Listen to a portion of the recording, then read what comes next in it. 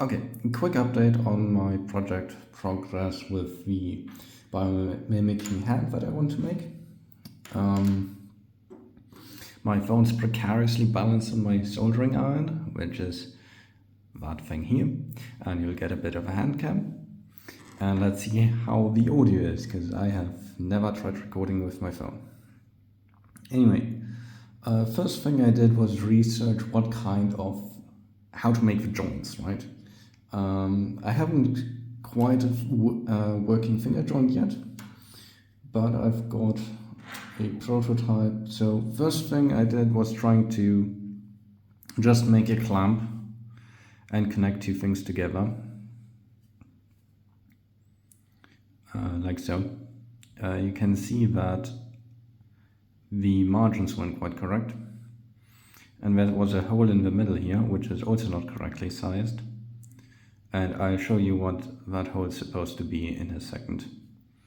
So obviously I needed to learn a few more things. So I made myself a plate with different sized hexagons, squares and circles to just actually measure the difference between the intended print. So they are like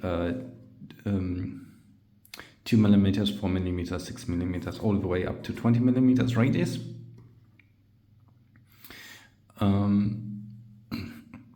I wanted to know how much of a margin the printer adds, because the printer doesn't actually, so it squeezes out the filament, meaning it's a bit wider than it actually is on edges, like these. So I wanted to measure how much mine specific one exceeds, and I also wanted to know if it's consistent across all sizes of perimeters, or if specifically the smaller ones, if specifically the smaller ones are more aggressive with it. Turns out it's more or less pretty much linear, in my case about 0.1 millimeters of extra width I gain on an edge, which was a very useful thing to experiment with. Next I wanted to, this is a prototype, just figure out the mechanics, just make a finger that actually can bend. I wanted to see if I can print it all out of one piece. Like you can see there's no screws, there's nothing.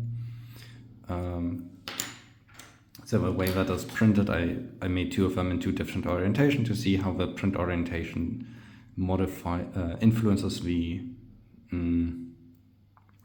And I broke this one intentionally to inspect the inside. So basically the way this is printed is this is printed like so, with a gap, and this is printed on top, and there's a tiny gap in between, and it takes a bit of a whack to break free, but then it rotates pretty freely. This specific one didn't in the orientation it was printed, because we can see here this rim here, this one. And that's because when the printer prints a layer, so it was printed on the side, when the printer prints, it starts always at the same spot, making this wider. I believe there's a setting of randomizing the start position, which is something I'll probably look into. So this one was quite crusty, and this one was printed on the back, like so. And we can see that this introduces a bit of artifacts where you can see, do we get a focus? The layers here. And obviously these layers are on the rotation. So printing on the side is much better, because this has an actual smooth surface all the way around.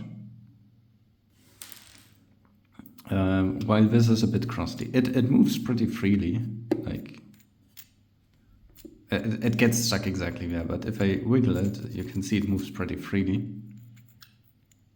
It took a bit of convincing to move this freely. And I don't know how resistant to wear these this joint would be, because it's all made out of plastic. But in theory it works.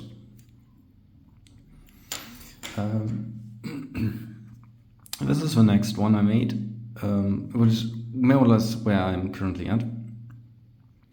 And it's a countersunk screw and a countersunk nut, basically replacing the printed part with metal.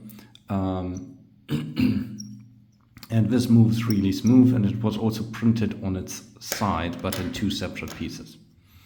And that is because eventually I need to join things together, so I wanted to figure out how to size this, how to model this. And this is all modeled in FreeCAD, and that is a parametric CAD program, and I've never modeled parametrically, so this is all stuff I'm learning as we're going along.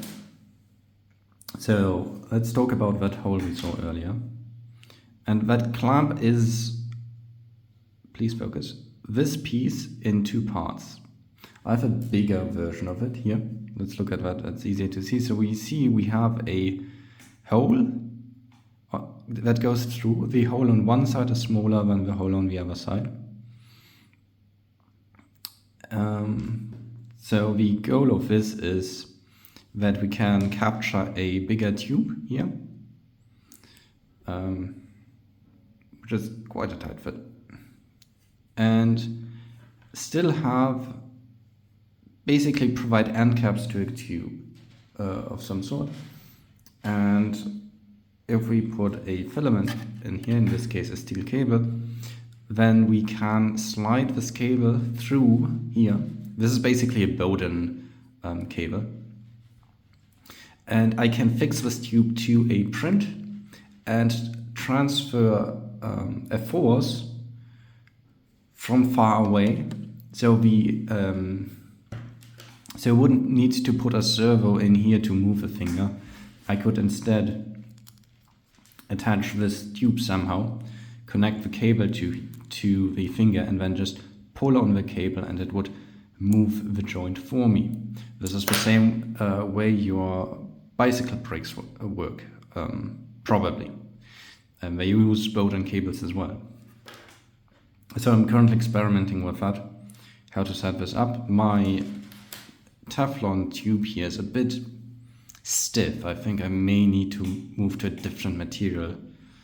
And I need to figure out how to anchor it properly to the finger and how to mount the cable. Currently I'm thinking of just making a hole and clamping it with a screw. Just have a hole in here, or have it loop back on itself and then tie a knot, maybe loop it through, I don't know yet. I need to do the same thing on the other end because we need to pull it both ways. And this is actually kind of the same way your actual fingers work. We have tendons running through here, and when we engage the muscle, it actually pulls on here. And when we engage the muscles are actually now arms for this. If we engage on that, then we pull down on it.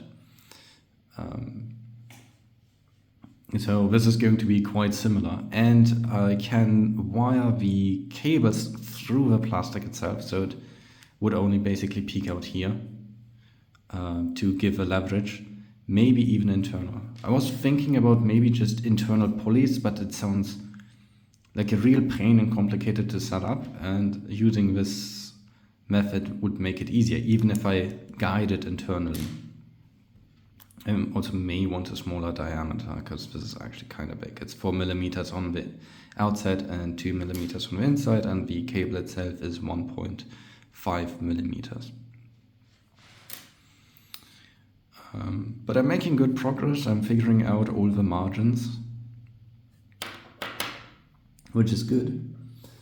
Next step would be to actually physically make a joint working where I can pull on a cable on one end, it'll raise it, and pull on a cable on the other end, and it'll lower it.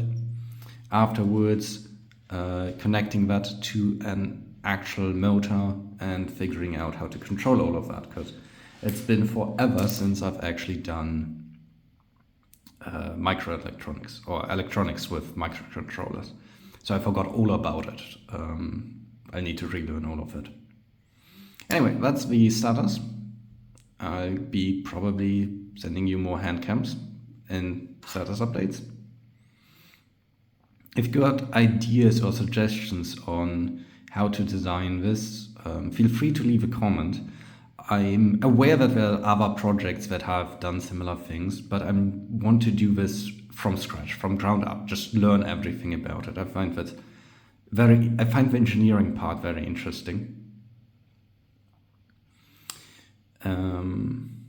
Yeah, so that's the update for now, and I'll see you soon. Well, you may see me soon. I won't actually see you because YouTube is one way. Anyway, goodbye.